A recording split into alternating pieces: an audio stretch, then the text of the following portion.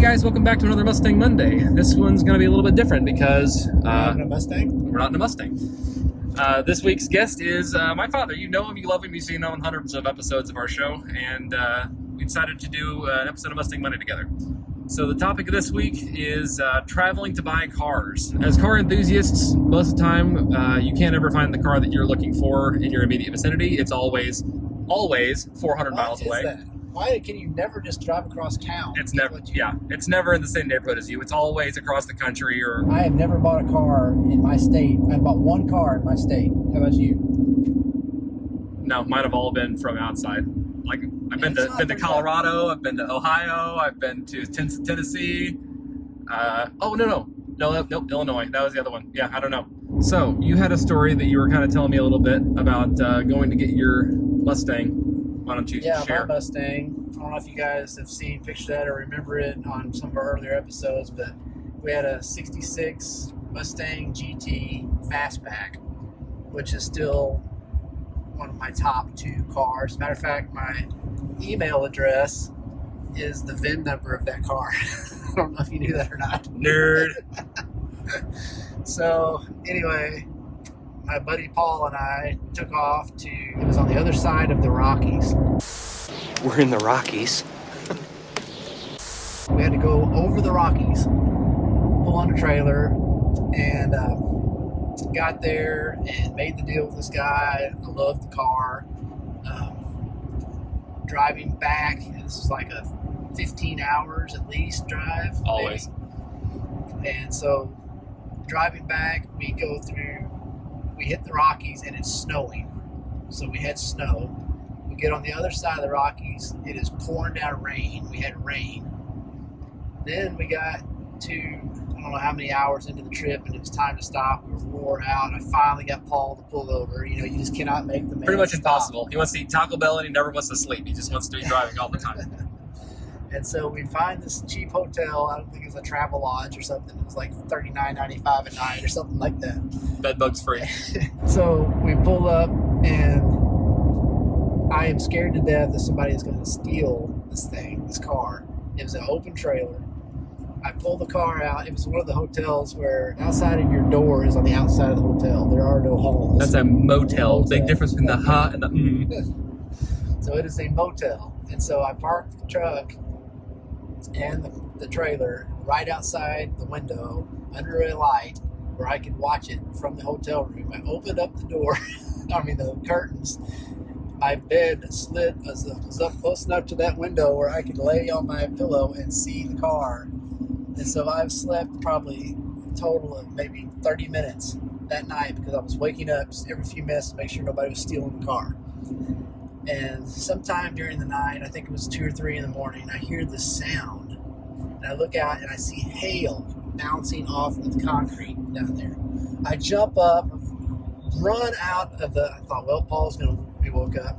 I run out the door, run down there, jump in the car, looking around, and I find a mini mart a couple blocks. I see it up there with the big covering over the gas pumps. So I drive that thing up there and I sit in the car and wait, I don't know, an hour in the hail, waiting for the hail to stop to keep it off of that car. So it finally stops. I drive back. It's like 4 in the morning. Pull back up to the hotel, walk up in there, open the door, and I hear. You had no idea, huh? No idea I ever left. And then we made it the rest of the way back. And matter of fact, that was a trip. On the way back, we picked up another car. So my sister Sarah, the one that we did the red Mustang convertible for, had a green 05 V6 Mustang. It was that really horrible, like baby vomit green color that Ford made for like 5 years. She had one of those before that car that she had, the red convertible, and so that's the one that Dad went and picked up too. Yeah, so we picked up several Mustangs, and so on that trip, on the way back through Kansas, we stopped in, and Paul got in the green Mustang, and he drove that, and I pulled the red 66 back.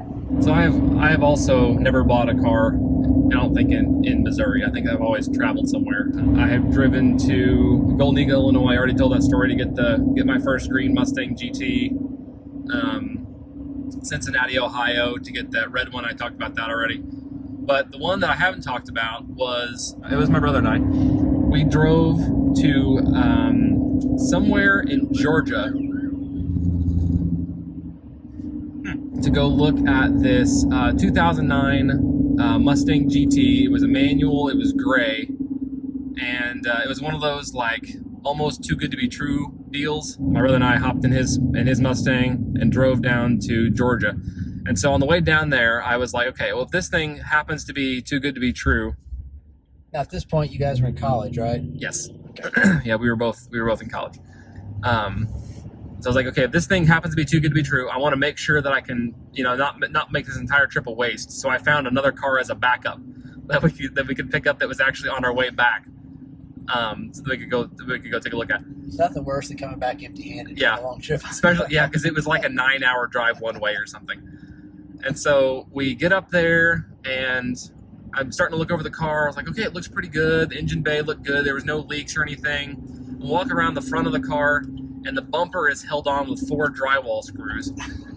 And so I was like, okay, this isn't great, but it's like not the end of the world. I mean, it's a really cheap car. I can maybe fix it if it's like drivable. So I hop in the car, start it up, go off on the drive, it dies. That's when you called me. Yeah. You called me at some point during that. It was like in the middle of the drive, it died. Started it back up, kept driving, it died again. This time, the guy who's selling the car is in the back seat in the peanut gallery. Have you ever driven a manual Mustang before? I said, I'm not the one killing your car, dude. This thing's dying by itself. So we ended up just leaving it, and actually stopped by and picked up my backup car, which was in Providence, Tennessee, which is, aptly named for our situation. And so that was the black and blue 05 V6 that I had before. What's the very first car I ever went on a road trip to get? You may ask. I did. I just asked that. Okay. It was a 1970 Volkswagen Beetle. Ooh. In Memphis, Tennessee. And I was 14, maybe. And it was my aunt's car. And this is the aunt that also had the TR3, Triumph TR3, that was what got me interested in cars to start with. And she was going to get rid of both of those cars, this 1970 Volkswagen, and I think it was a 59 maybe, or 60 TR3. And man, I loved that TR3. And so my uncle got it, and I got the Volkswagen, which I was still very grateful for. I mean, I bought it, but she didn't offer me to let me buy the TR. She offered to let me buy the Volkswagen. She didn't think the TR was that practical car for a 14-year-old kid to drive. Yeah, rag top, like all open thing. Anyway, so I spent $500 on it, and Dad and I drove that back. Little did we know that in about 40 years we'd be going to get a 58 Corvette. But we drove that back, and he let me drive, because in those days, at some point in those days, there was you didn't have like in those days, like it was back in the 50s. It was back in like, I don't know, the early 80s, but you did not have learning permits. So the only way you learned was you took driver's ed, and if you tried to just get out on the highway and drive and not get caught. That's how you learn to drive in real traffic, situations. Rogue driving. So here I was driving this 4-speed. So it's the first thing I ever drove, really. It was a manual 4-speed 1970 Bug, all the way back from Memphis. It was just like 3 or 4 hours. And Dad's sitting there in the little passenger seat, me trying to just keep that thing on the road and learn how to do a clutch and drive it. We made it back, and it sat in my house for a year or two after that, where I'd work on it on and off, and it didn't hardly need anything because it was like in perfect condition. And that was my first car as a teenager. What got me started on the cars that got us going in this channel, rebuilding them, was a 1965 Triumph Spitfire, which I was trying to find a Triumph like my aunt's TR3 that I wanted when I was a little kid, but I could never afford one of those when we first started rebuilding. So I found the Spitfire, and it was also in Indiana. And my dad and I drove up to get it. We took a trailer up there, and the car did not run, just it was the only thing I could find that I could still afford. I think it was like $600, $700 or something like that. I had little kids at home, so I wasn't going to spend a bunch of money, on something else. That would have been you. When we're trying to raise a family, I was just trying to buy something cheap that I could do as a hobby. And little did I know how much it was going to cost me over the next 5 years rebuilding that thing. Because when I didn't really check anything. All I knew it had the title and the VIN was right. And so when we got home, I got it pulled into the garage. It didn't run. It was in terrible shape. I thought, I'm going to start taking apart the interior. And I pulled up the carpet, and there was the concrete ground underneath. There was not any steel. There was a frame and the concrete. Didn't roll underneath the car to see if you could see the carpet through the bottom half of the... Nope. I was so green, I didn't know anything about any of that. So I spent 5 years restoring that thing, rebuilding it, replaced like 70% of the steel on it, and manufactured most of it in there with a hammer and a weight off of a treadmill that I used to curve the steel around, beating it on the hammer. I do remember that. All right, so that's another Mustang Monday, guys. Thanks so much for watching. If you enjoyed it, make sure you hit the like button down below and hit the subscribe button so you can get notified for all future uploads when we're doing just rebuild projects or Mustang Mondays like this. So thanks so much for watching. Catch you next time. See ya. And always remember, don't retire it if you can rebuild it.